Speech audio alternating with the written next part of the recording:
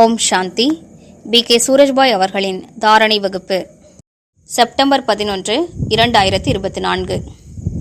இவ்வுலகில் நாம் அனைவரும் மிகுந்த அதிர்ஷ்டசாலிகளாவோம். சுயம் பகவானுடைய பரிபாலனையில் வளர்ந்து கொண்டிருக்கின்றோம்.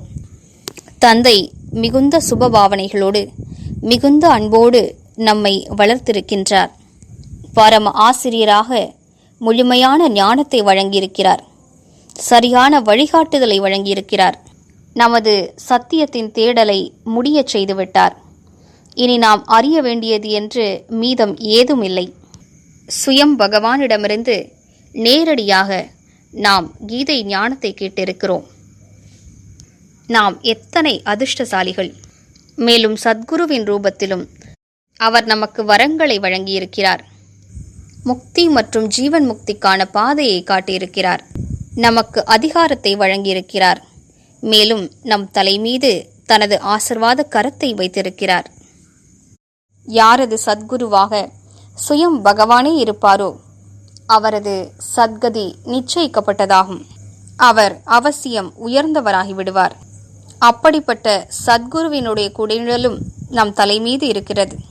எனவே பாப்தாதாவினுடைய இந்த 3 ரூபங்களுடைய மிக உயர்ந்த பவ்யமான தெய்வீகமான பாலனை நமக்கு கிடைத்திருக்கிறது. அவரே நமக்கு பிரம்மா போஜனமும் வழங்கியிருக்கிறார். மேலும் எத்தனை அன்பு வழங்கியிருக்கிறார் என்றால், நமது ஜன்ம ஜன்மங்களுடைய துக்கங்கள் அழிந்துவிட்டன. நமது உயர்ந்த அதிர்ஷ்டத்தை நாம் புரிந்து கொண்டிருக்கிறோமா? அல்லது இந்த உலக விஷயங்களின் குழப்பங்களில், சின்ன சின்ன குறைகளில், நமக்கு கிடைக்காத சில விஷயங்களின் தீராத ஆசைக்கு பின்னால் நமது கிடைத்திருக்கக்கூடிய மிக உயர்ந்த அதிர்ஷ்டத்தை மறந்துவிட்டோமா? நாம் எத்தனை உயர்ந்த அதிர்ஷ்டசாலிகள்! ஒவ்வொருவருக்கும் வரிசை கிரமமான அதிர்ஷ்டம் ஏன் கிடைத்திருக்கிறது? அவரோ நம் அனைவரது தந்தை. ஆனால் அதற்கான பெருமிதம் நம் ஒவ்வொருவருக்கும் வரிசை கிரமமாகவே இருக்கிறது. எனது தந்தை சுயம் பகவான் ஆவார். இந்த பெருமிதம் யாரை முழு உலகும் தேடுகிறதோ, யாரது ஒரு நொடி தரிசனத்திற்காக பலரும் காத்து கிடக்கிறார்களோ, பல தபஸ்விகளும் ஞானிகளும் முனிவர்களும் தவம் இயற்றுகிறார்களோ, ஏங்கி தவித்தார்களோ, அப்படிப்பட்ட இறைவன் என்னுடையவராவார். அவர் என் முன்னிலையில் இருக்கிறார். என்னை அவர் பரிபாலனை செய்து கொண்டிருக்கிறார். இந்த பெருமிதமானது ஒவ்வொருவருக்கும் வேறு வேறு விதமாகவே இருக்கிறது. யாருக்கு இந்த ஆன்மீக போதை இருக்குமோ அவர்கள் முழு நாளும் துள்ளி குதிக்கிறார்கள், ஆனந்தமாக இருக்கிறார்கள். அவர்களது அதிர்ஷ்டம் மேலும் மேலும் உயர்கிறது. இந்த படிப்பு எத்தனை உயர்ந்தது! அதை படிப்பிப்பதற்கு சுயம் பகவானே வருகிறார்.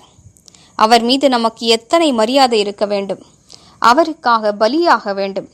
இந்த படிப்பினை படிப்பது, அதனை சிந்தனை செய்வது, அதனை வாழ்க்கையில் நடைமுறைப்படுத்துவது, இவற்றினால் அதிர்ஷ்டம் மென்மேலும் உயர்கிறது. மேலும் சத்குருவையும் நாம் உடனழைத்து கொண்டு செல்ல வேண்டும். அவரது குடைநிழலில் இருக்க வேண்டும். அவரது வரங்களை அனுபவம் செய்ய வேண்டும். அனுதினமும் காலையில் அவரிடமிருந்து வரங்களை பெற வேண்டும். அந்த வரங்களின் மீது நமக்கு நம்பிக்கையும் இருக்க வேண்டும். இவற்றின் மூலம் நமது அதிர்ஷ்டம் மிகவும் உயர்ந்து விடுகிறது. எனவே வாருங்கள், இந்த 3 சொரூபங்களின் பலனை முழுவதுமாக அனுபவிப்போம். தன்னைத்தான் கேட்டு பார்ப்போம். இந்த 3 ரூபங்களின் பலனை நான் அடைந்து கொண்டிருக்கிறேனா? தற்கால உலகில் மனிதர்கள் அனைத்திலிருந்தும் முழுவதுமாக பலன் பெற விரும்புகிறார்கள். ஒரு சிறிய தலைவராக ஆனால் கூட அந்த பதவியை நன்றாக பயன்படுத்திக் கொள்கிறார்கள். தன்னைத்தான் முழுவதுமாக நிரப்பிக் கொள்கிறார்கள். நம்முடனோ சுயம் பகவான் இருக்கிறார். இதனை முழுவதுமாக பயன்படுத்திக் கொள்வதுதான் புத்திசாலித்தனமாகும். பகவானே நம்மை பரிபாலனை செய்தார். ஆனாலும் அதன் முழு பலனை என்னால் அடைய முடியவில்லை என்று நாம் இருந்துவிடக்கூடாது. அவரது குடைநிழலை நாம் அனுபவம் செய்யாமல் இருந்துவிடக்கூடாது. நான் குழப்பத்திலேயே மாட்டிக்கொண்டிருந்தேன். இந்த உலக விஷயங்களிலேயே மூழ்கி கிடந்தேன். எனது வாழ்வினை நான் உயர்த்தி கொள்ளவில்லை என்று நாம் இருந்துவிடக்கூடாது. தன்னைத்தான் சோதனை செய்வோம். மேலும் தந்தையினுடைய துணையினுடைய முழு பயனை பெறுவோம். எனவே இன்று அதிகாலையிலிருந்தே ஆழமான ஒரு ஆன்மீக போதையில் மூழ்கியிருப்போம். நான் மிகுந்த அதிர்ஷ்டசாலியாவேன். எனது அதிர்ஷ்டத்தின் திசை திரும்பியிருக்கிறது.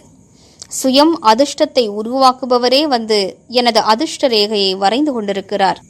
மேலும் இன்று முழு நாளும் பயிற்சி செய்வோம். நான் இந்த உடலிலிருந்து விடுபட்டு பரந்தாமத்திற்கு பறந்து செல்கிறேன். ஆத்மாவாகிய நான் பறந்து சென்று கொண்டிருக்கிறேன். பரந்தாமத்திற்கு சென்று பாபாவை தொடுகின்றேன். சிறிது நேரம் அவரது அதிர்வலைகளில் மூழ்கி கிடக்கின்றேன். பின்னர் மீண்டும் பௌதிக உலகிற்கு திரும்பி வருகின்றேன். பௌதிக உடலில் பிரவேசமாகி தூய அதிர்வலைகளை நாலாபுறங்களிலும் பரப்புகின்றேன். ஓம் சாந்தி.